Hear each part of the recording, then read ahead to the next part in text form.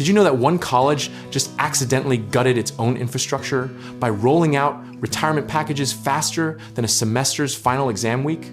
Welcome to Lafayette College, where 11 offices woke up one morning to discover their institutional memory had just walked out the door with a $25,000 check and dreams of finally visiting Croatia. Here's what happened.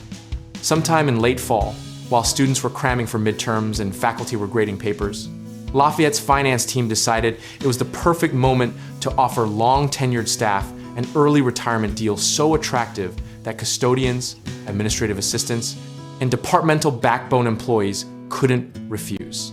The catch? They had until mid-November to decide.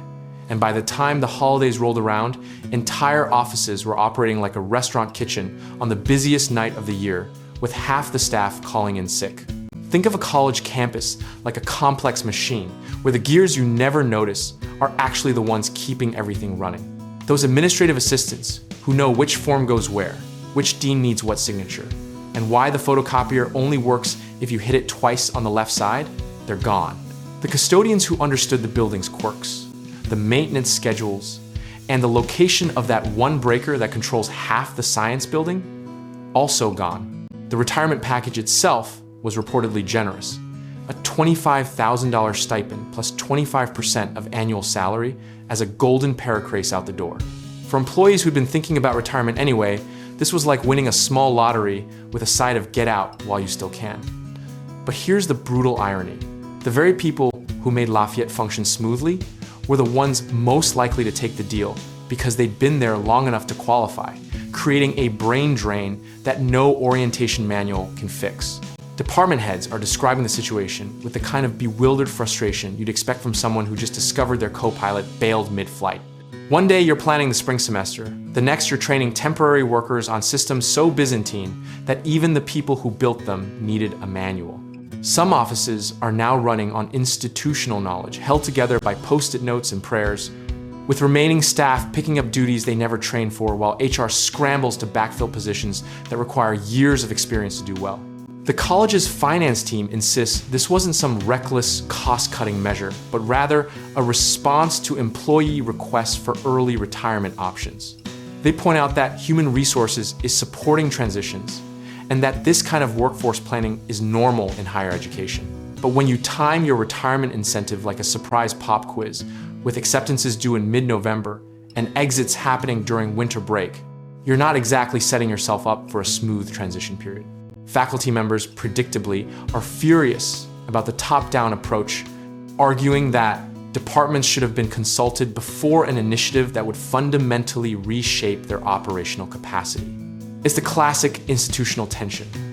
Finance sees numbers and budget flexibility, while faculty see the person who's been scheduling their classes for 15 years suddenly vanishing into retirement.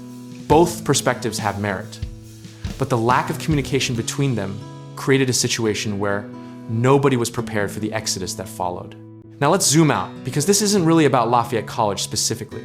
This is about how institutions across America are navigating the collision between an aging workforce, budget pressures, and the eternal tension between short-term financial relief and long-term operational stability.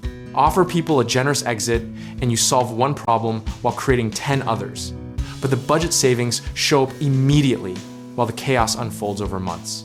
The retirees themselves, many are thrilled, frankly.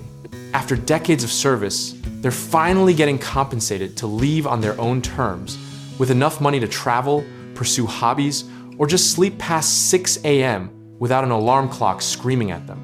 It's hard to blame someone for taking a deal that values their years of service with actual cash rather than another Employee of the Month plaque that nobody wants.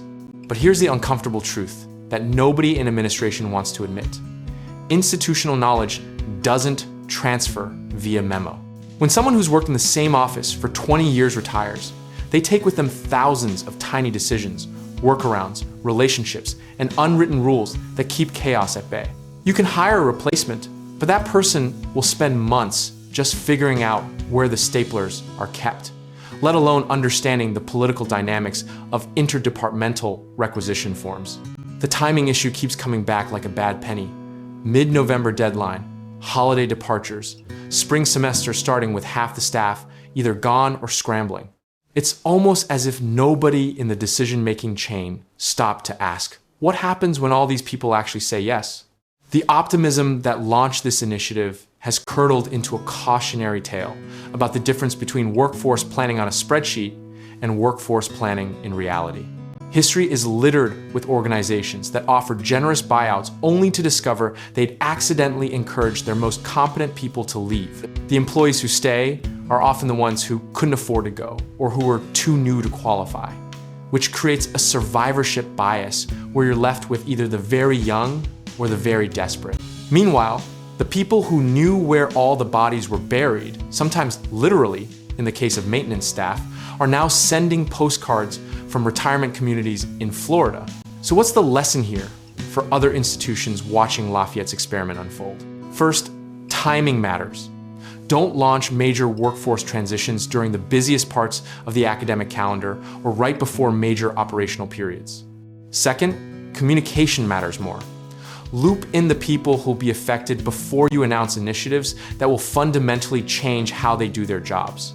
Third, count the cost beyond the spreadsheet. Budget savings are meaningless if you create operational chaos that costs more in lost productivity, low morale, and institutional reputation. The broader cycle here is predictable. Institutions face budget pressure. They look for ways to reduce long-term labor costs. They offer incentives. People take them. Operations suffer. Temporary fixes become permanent. And eventually someone writes an article asking what went wrong. Lafayette isn't unique in this regard. They're just the latest example of a pattern playing out across higher education, corporate America, and government agencies. We keep relearning the same lesson because the people making budget decisions rarely experience the operational consequences of those decisions. Here's where we land.